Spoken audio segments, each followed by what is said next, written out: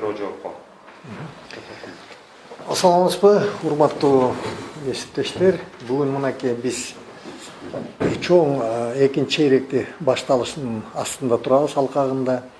Эртең 11-inde республика боюнча ар бир мектепке биз индивидуалдуу режим түрүндө ийкемдүү график боюнча сунуштадык. Ушул реалдуу режимди каякта мүмкүнчүлүк болсо дегендей. Анан ар бирөөбүз мынакей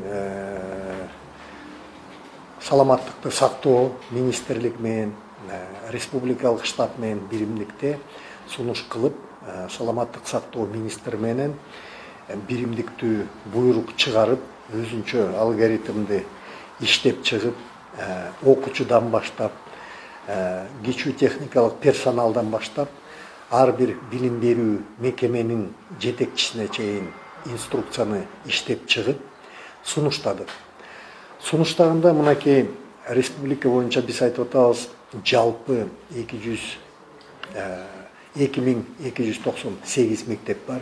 Мунун ичинен биз жеке менчик мектептердин баарын алып салганда бизде ошого реалдуу түрдө биз жумушубузду алып баратканбыз.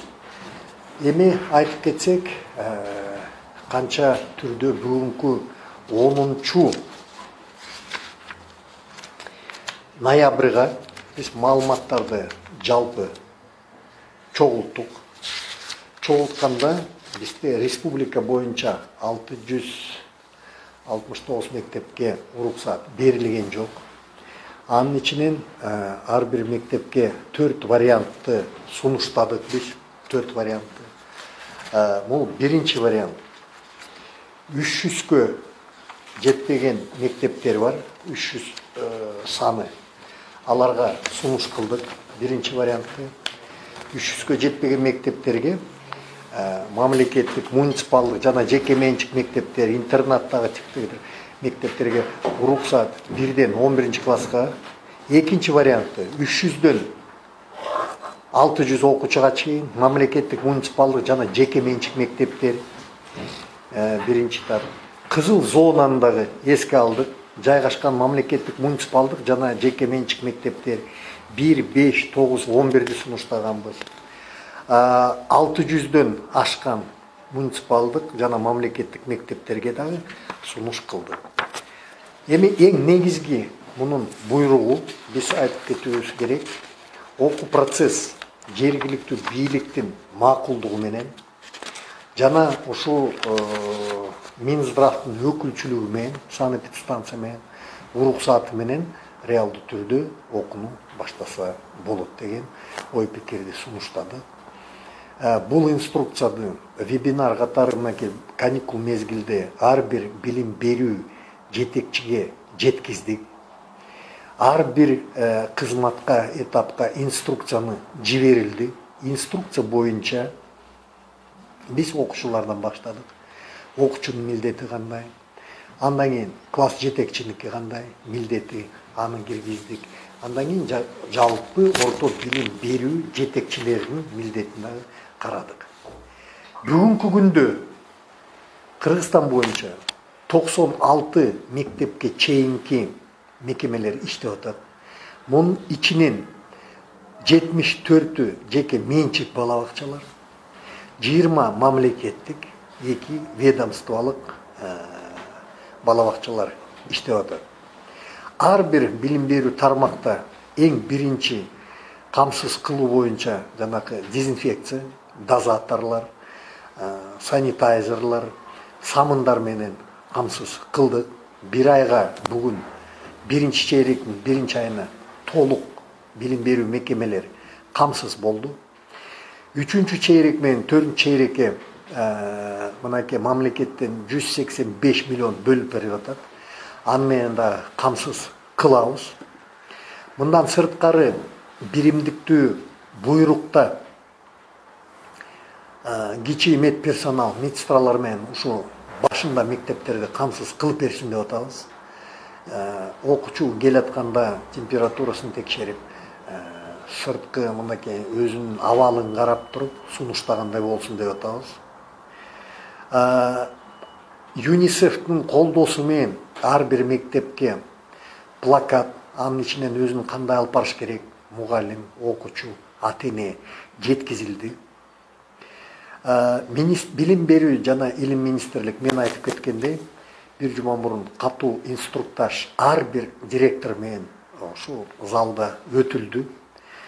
Ар бир кадамдын планы бекилди. Өкмөттө бул маселе талкууланды. Вице-премьерибиз Сурабалдиева көзөмөлгө алып тапшырманы бергенди. Анда жеткирилди. Жергиликтүү бийликтин алгоритмini иштелип чыгып, көбүнчөсү ушу 9 менен 11 класстын окуусун сунуштап атышат. Албетте себеп бул мамлекеттик деңгээлде улар документ алыш керек. Ошондуктан бүгүнкү күндө эртеңден баштап региондор баштайт. Бишкек шаары менен Ош шаарына уруксат берилген жок. Сыртқы кырдаал өтө күчөп атат, өзүңүз түшүнгөндөй. Бирок ушактан бир нерсени айтып кетиш керек, урматтуу журналисттер. Реалдуу режимде бүгүн бир тема өтүп атса, тарыхта ошол тема онлайн режимде да өтүлөт.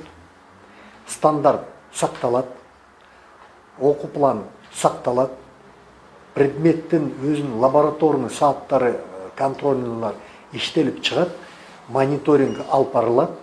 Эң негизги бул КТП деп коебуз, ар бир мугалимдин календарно-тематический план деген бар.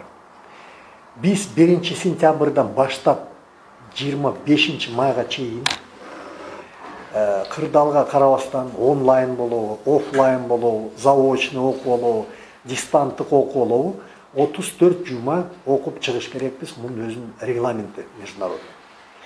2 саат болсо ошо тематический планда 68 саат окулуп чыгат. Кайсы режимде болбосун, ошо менен сакталат. Эми албетте анда ар кандай ой пикир бүгүн болуп атат, ата эненики дагы туура эмес дегенде. Мен айтып кетиш керекмин. 4-чейректе башталган онлайн режим. Жаңы башталганда өзүнүн максатына жеткен онлайн режим. Ошондо биз 298 баланы мынакей кызыл аттестатка даярдап, 53 окуучу алтын сертификат алып, жалпы мамлекеттик экзаменди тапшырып, жалпы республикалык тестирлөө экзаменин тапшырып, максатка жетилген. Эң жыйынтыктоо маселе бул 24 жылы ушу окуучулар окуу жайга онлайн өтөт деген. Биз быйыл өттү. Ордунун баары толду, өзүнүн максатына жетти. Эми бүгүн мынакей жаңы окуу жыл башталганда 21 жылдан 20-21 окуу жыл 1 сентябрдан көрүп атабыз, оору күчүп атат.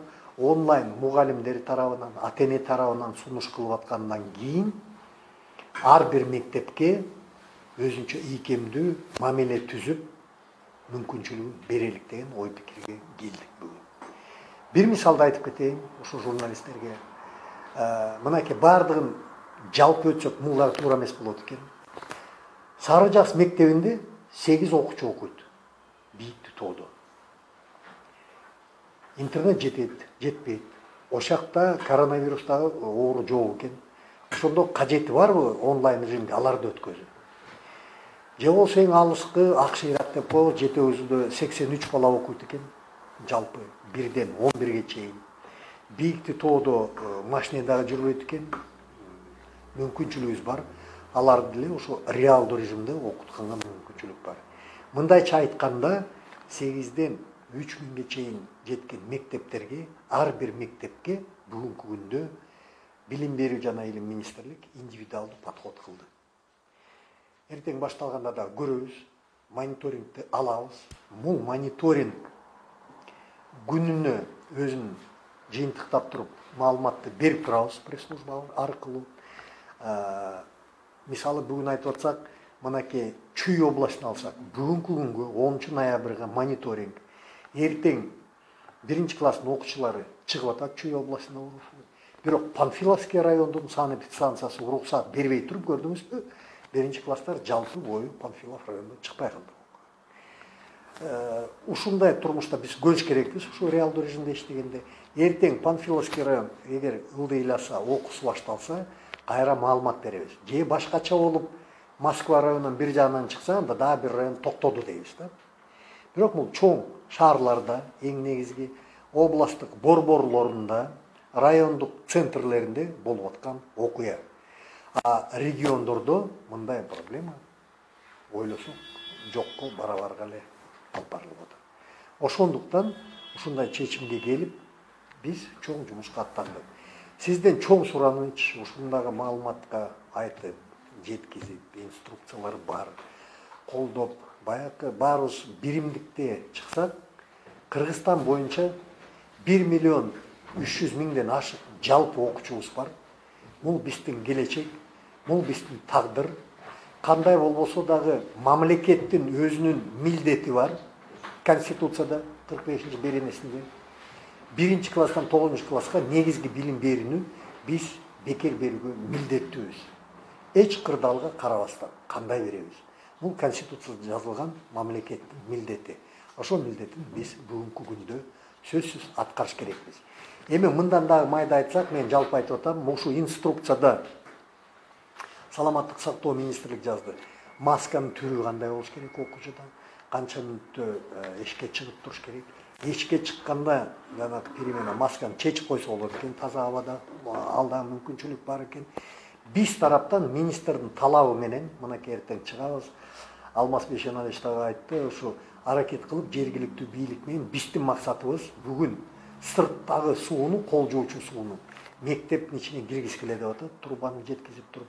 Мүмкүнчүлүк болсо жылуу суу менен камсыз кылуу, сыртта бочканы туруп, анан жанакы жидкий мыло деп коебуз, ошо менен камсыз кылып, кандай айтат эми, санитарный комната деп эле туалет деп коеюнчу, ошо туалеттерди мүмкүнчүлүк болсо дагы ошо мектептин ичине киргизүүгө, сырттан ошол болбосун. Кыскача маалыматыбыз ушул.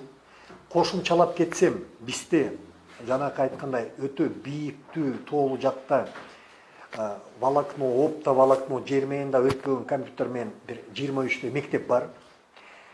Аларга 700дөн ашык электрондук китептерди дискага түшүрүлгөн сабактар. Ар бир райондун метод кабинеттин жетекчилери 30дан 20дан болобу, булар жеткизип көзөмөлгө бүгүнкү күнгө алып атат. Биз бүгүн мынакей бүгүндөн баштап ушу 20-ноябрга чейин биринчи чейректин жыйынтыгын чыгарабыз онлайн режимде. Себеп ар бир чейректе ар бир мектептин өзүнүн ар бир класстын нормативи бар. 2 диктант, 3 сочинение, 1 контрольный, 2 лабораторный жазылыш керек.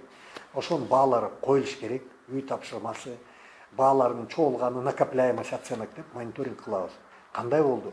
4-чү чейрек менен 1-чи чейректин айырмасы болдубу онлайн режимде? Билим сапаты түшүп кеттиби?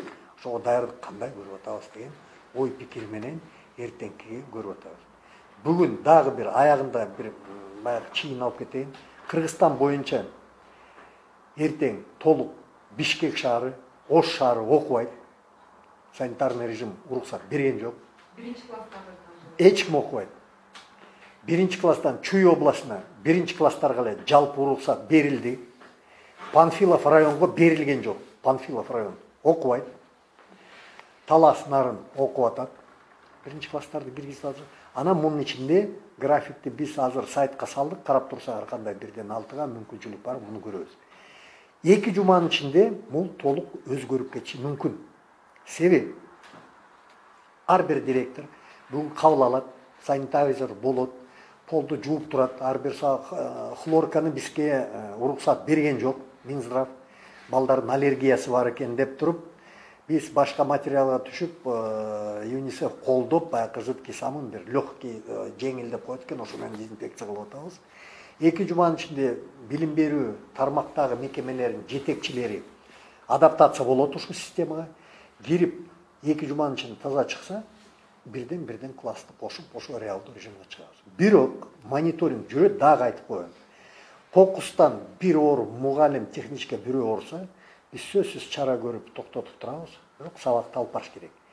Бул эмне үчүн? Мындан ары эми качан бул токтойт, сырткы кырдаал качан бүтөт?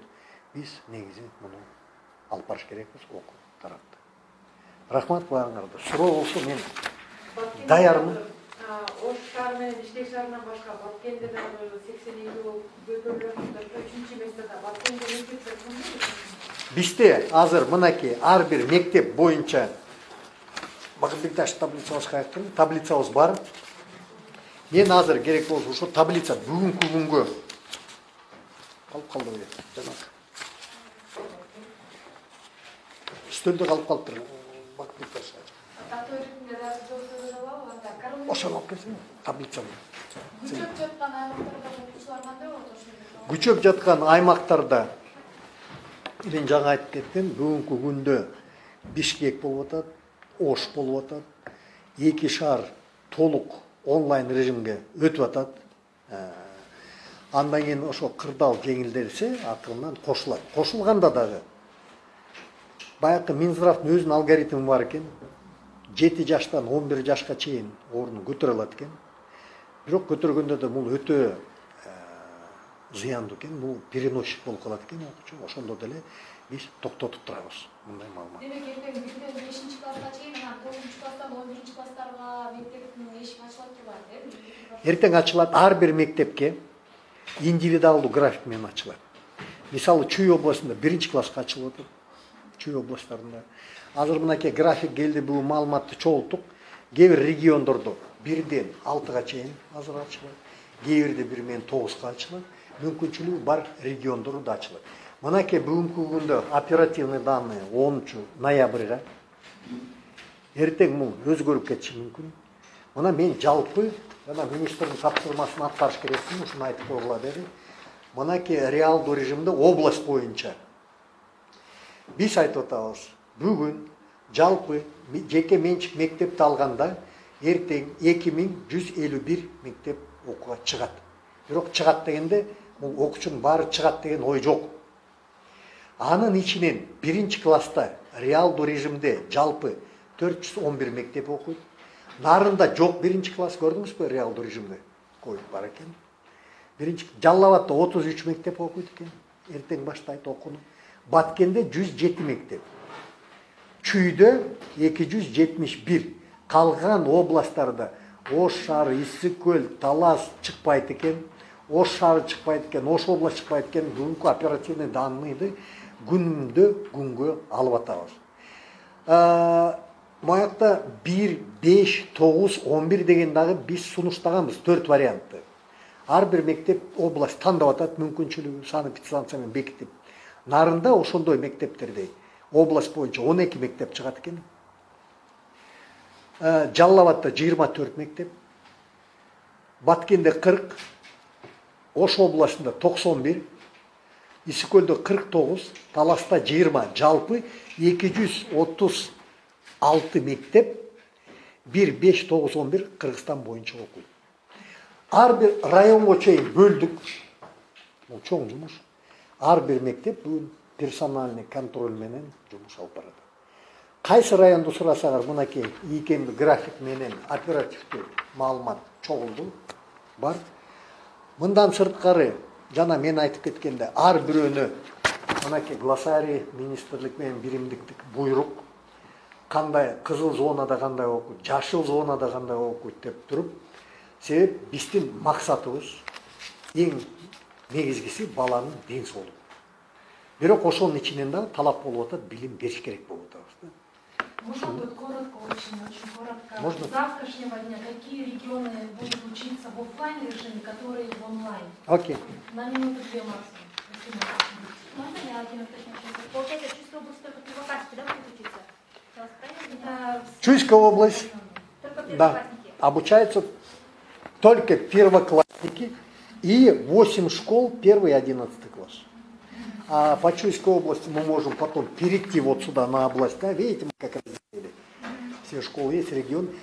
Самый главный критерий здесь – местная власть и санэпидстанция, кому дала разрешение.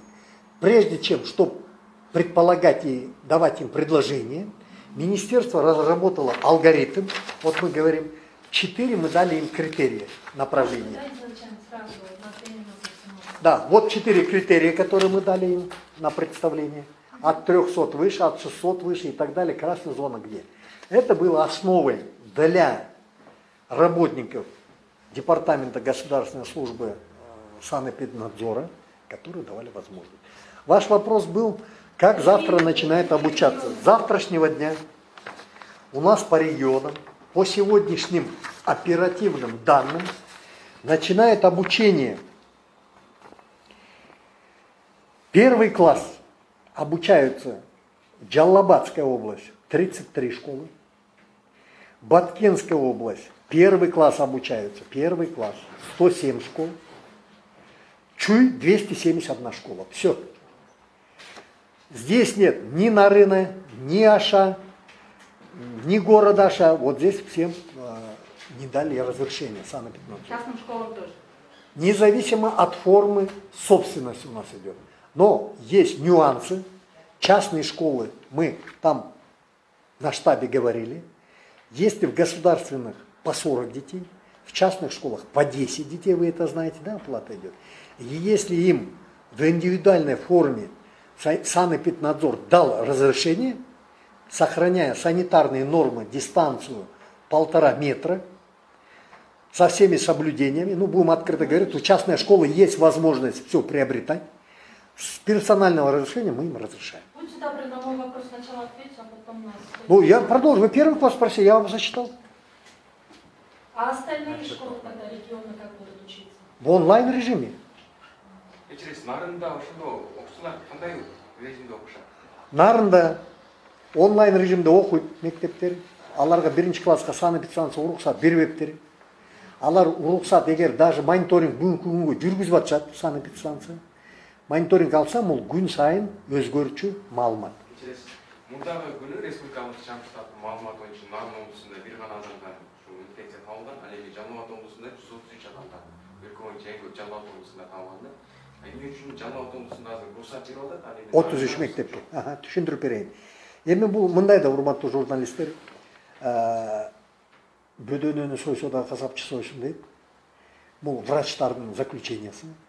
Билим берүү жана илим министрлик биз сабактын сапатына, сабак өтүүгө, китеп менен камсыз кылууга, акыркы күндөрү мүмкүнчүлүк болсо телевизор анан смартфон менен камсыз кылууга аракет кылып атабыз, телесабак тартууга.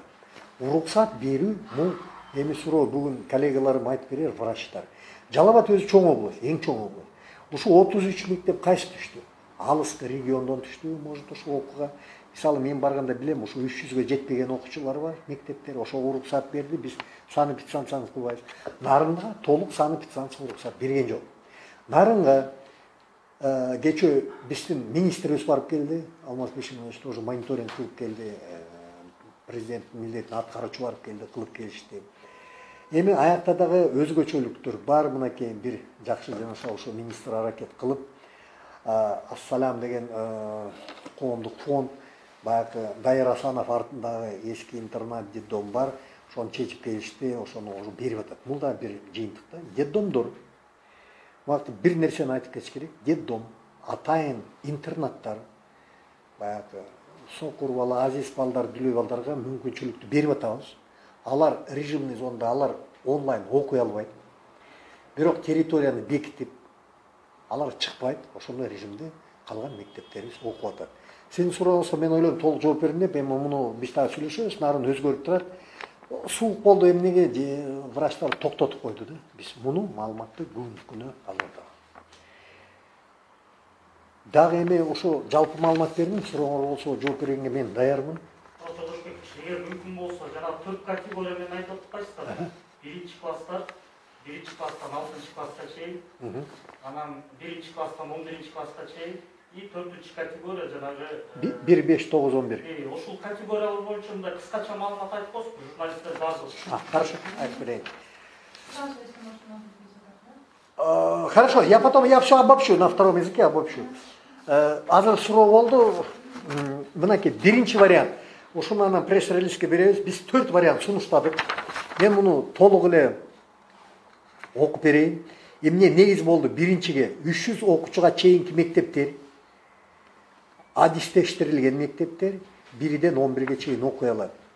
Биз айтып атабыз, жергиликтүү бийлик территорияны санэпидстанция менен берген реалдуу режимде окуу процессин калыбына келтирүү жөнүндө чечимди чечимдин болусу сунуштар менен текшерүү актылары болуш керек.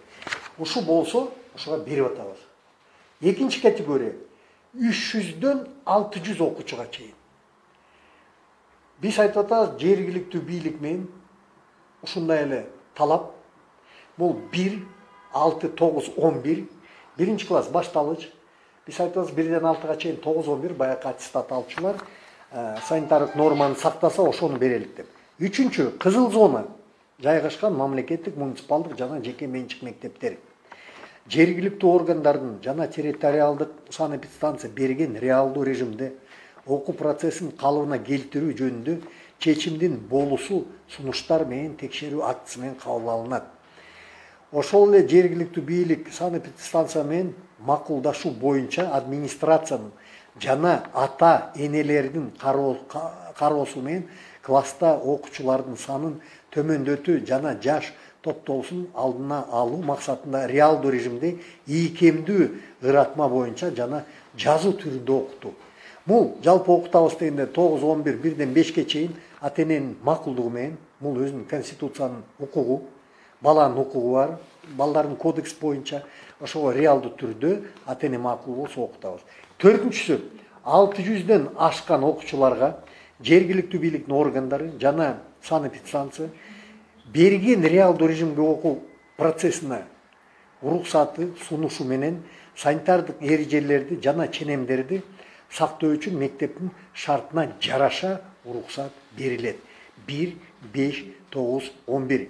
Экинчи этапта ушу 4-чү пунктта эле каалаган класстар, ата энелер жергиликтүү бийлик менен макулдашуу боюнча, мектептин администрациясынын макулдашуу боюнча ошо менен сабакты башталат. Бул ушу 4 сунуш кылганбыз. Ар бир 2000 мектептен ашык өздөрү тандап, мыйзамга ылайыкташтырып туруп сабагын башташат. Уважаемые коллеги, ну теперь я быстренько постараюсь, да? Уважаемые коллеги, завтра вот по республике мы начинаем, да, самое, по-моему, в истории после советского времени тяжелое время, переход из офлайна на онлайн. Но это требование нашего времени, несмотря на эти форс-мажоры.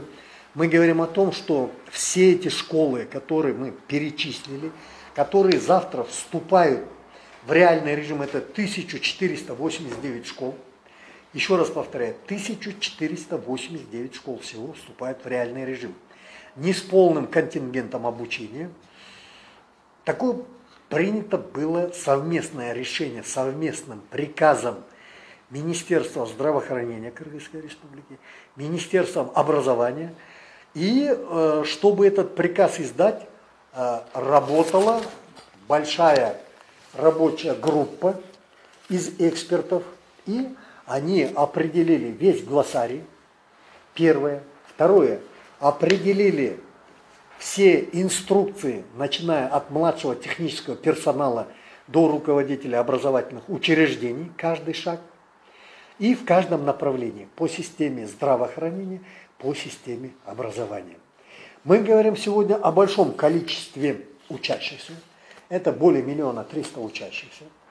И о том, что государство гарантирует образование и берет обязательства своих государства. Статья 45 о даче основного образования, мы его должны исполнять.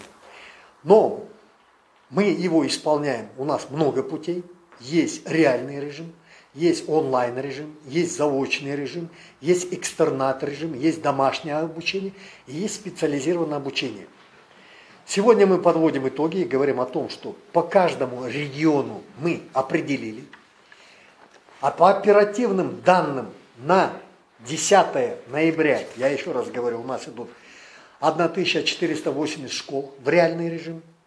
По областям, я уже говорил вам, но большие 2 столицы завтра не начинают обучение. Это город Бишкек, город Ош. О том, что увеличение этого. По Чуйской области, по мониторингу нашему, начинает обучение только 1-е классы. Не начинает обучение Панфиловский район, не дали заключение санэпидстанции. И вот такой алгоритм сегодня буквально разработан по каждому району и по каждой школе.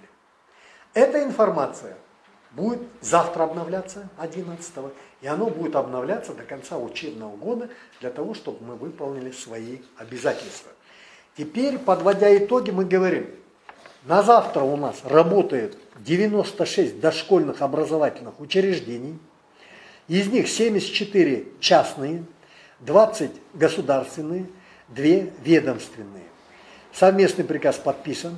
Все образовательные учреждения с завтрашнего дня у нас обеспечены мыломоющими средствами, дезинфекция проведена, ЮНИСЕФ оказал поддержку.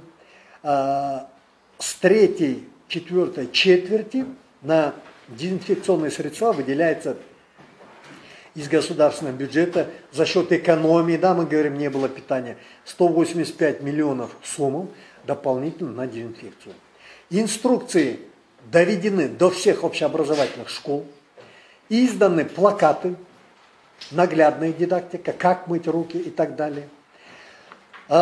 Министерство образования и науки провело свой вебинар вчера со всеми руководителями образовательных учреждений.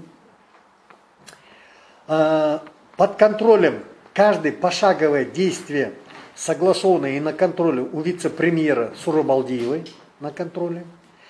Кроме того, с местной властью у нас ведется определенная большая довольно-таки работа. Вот вкратце вот такая информация. Я думаю, наша пресс-служба будет работать.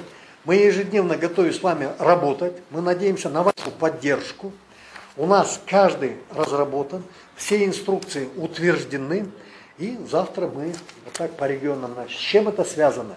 Вот я вкратце бы хотел бы объяснить еще вот на официальном языке. Ну, понимаете, город Бишкек, да, в классе 50-40 детей, да, но такой необходимости, допустим, в высокогорных районах, где 8 детей, где 70 детей, такой потребности нет. Поэтому мы должны сделать, ну, я не могу сказать, хотя мы обязаны, согласно кодексу о детях, каждому ребенку сделать индивидуальный подход. Но миллионам мы не можем сделать. Мы решили сделать каждый индивидуальный подход к общеобразовательным школьным учреждениям, чтобы это было доступно. Конечно, желаемое лучшее качество образования мы где-то чуть-чуть у нас снизилось. То, что мы реально начинали в 4-й четверти онлайн-обучения, оно дало свои хорошие результаты в данной системе. Многие государства не смогли войти в онлайн-режим.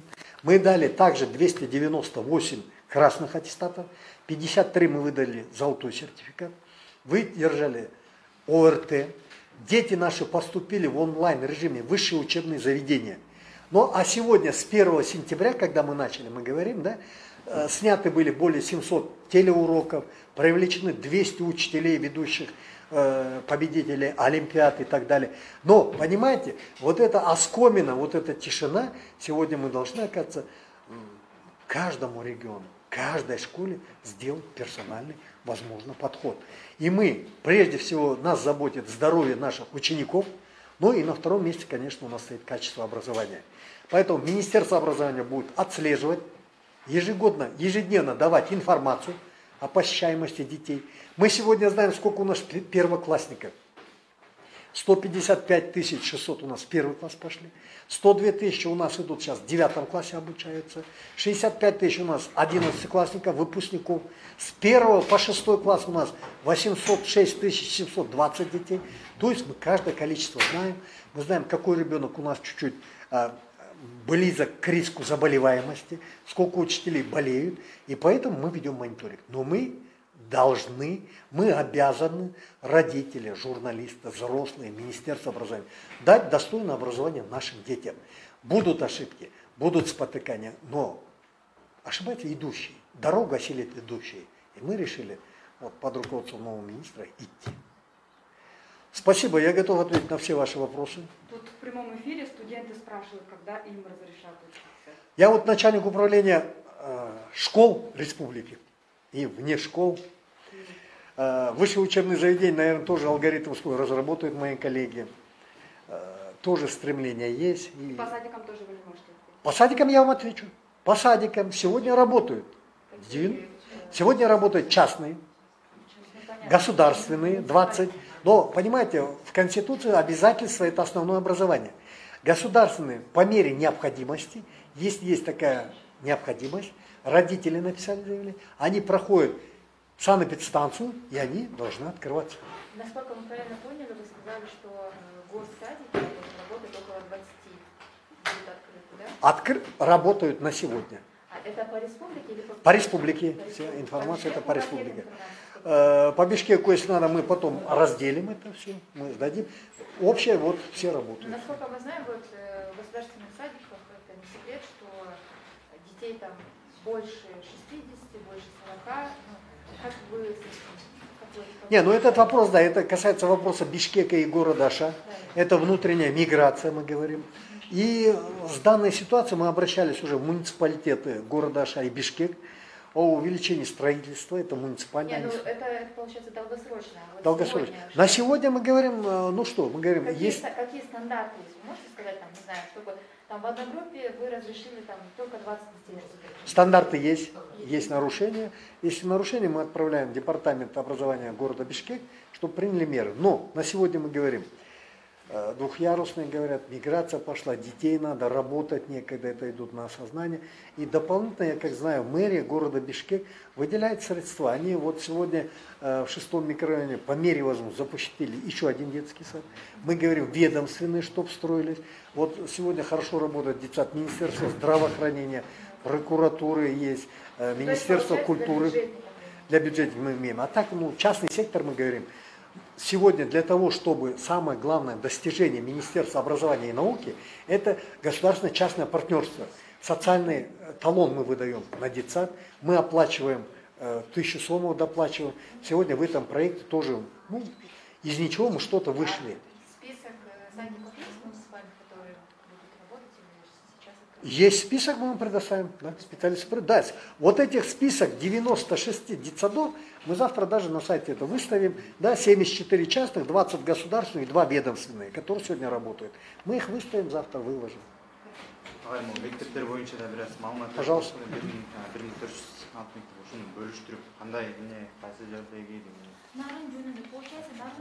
А куда дел таблицу? Ага, давайте, не спешите. Вот, коллеги, бүгін иштеп аткан 1489. Ушуну баарын бөлгөндө биз мынакей астынан айтып атабыз, жалпы биринчи класста реалдуу режимде бүгүн 411 мектеп окуп атат. Кыргызстан боюнча. 411. Бирден 6 класска чейин 367 мектеп. 1-11 окуп аткан, бул тоолу биз аякта 8 бала, 9 бала, бирок мектептин санын чыгарганда 475 мектеп окуп атат. Биринчи класстан 11 класска. Бул тоолу жана сары жас деп мындай дебедимби? 4 категория 1, 5, 9, 11 выпускник. Булар 236 мектеп окуп атат. Эртең чыгат. Ошондон жалпы 1489 чыгат. Биз отказ алдык. 662 мектепке санэпидстанция уруксат берген жок. Ошондон жабылды. Анан областтан жабылды. Бул маалымат өзгөрүп турат. Бул бүгүнкү күнгө мына биз по оперативным данным на 10 деп атабыз. Эртең бир мектепке бүгүн дагы карап атышат да санэпидстанция. Эртең берип калабы кандай чыгат реалдуу режимде. Бул бүгүнкү эртең кечинде беребиз. Же башканы жаап коебу мектептен чыгып калсачы. Бул реалдуу режимдеги мынакей 10 ноябрга ар бир Кыргызстан боюнча райондун биздин маалыматтары. Мен бирок ошо нарын түшүнгөн жокмун, получается, биринчи класстар нарында окубайт. Окубайт. Калган класстар окуйт, э? Жок, нарында окубайт. Биринчи класс жалпы жок, ооба. Калганы мынакей биз айтып атабыз 5, 6, 9, 11, 12 мектеп окуп атат.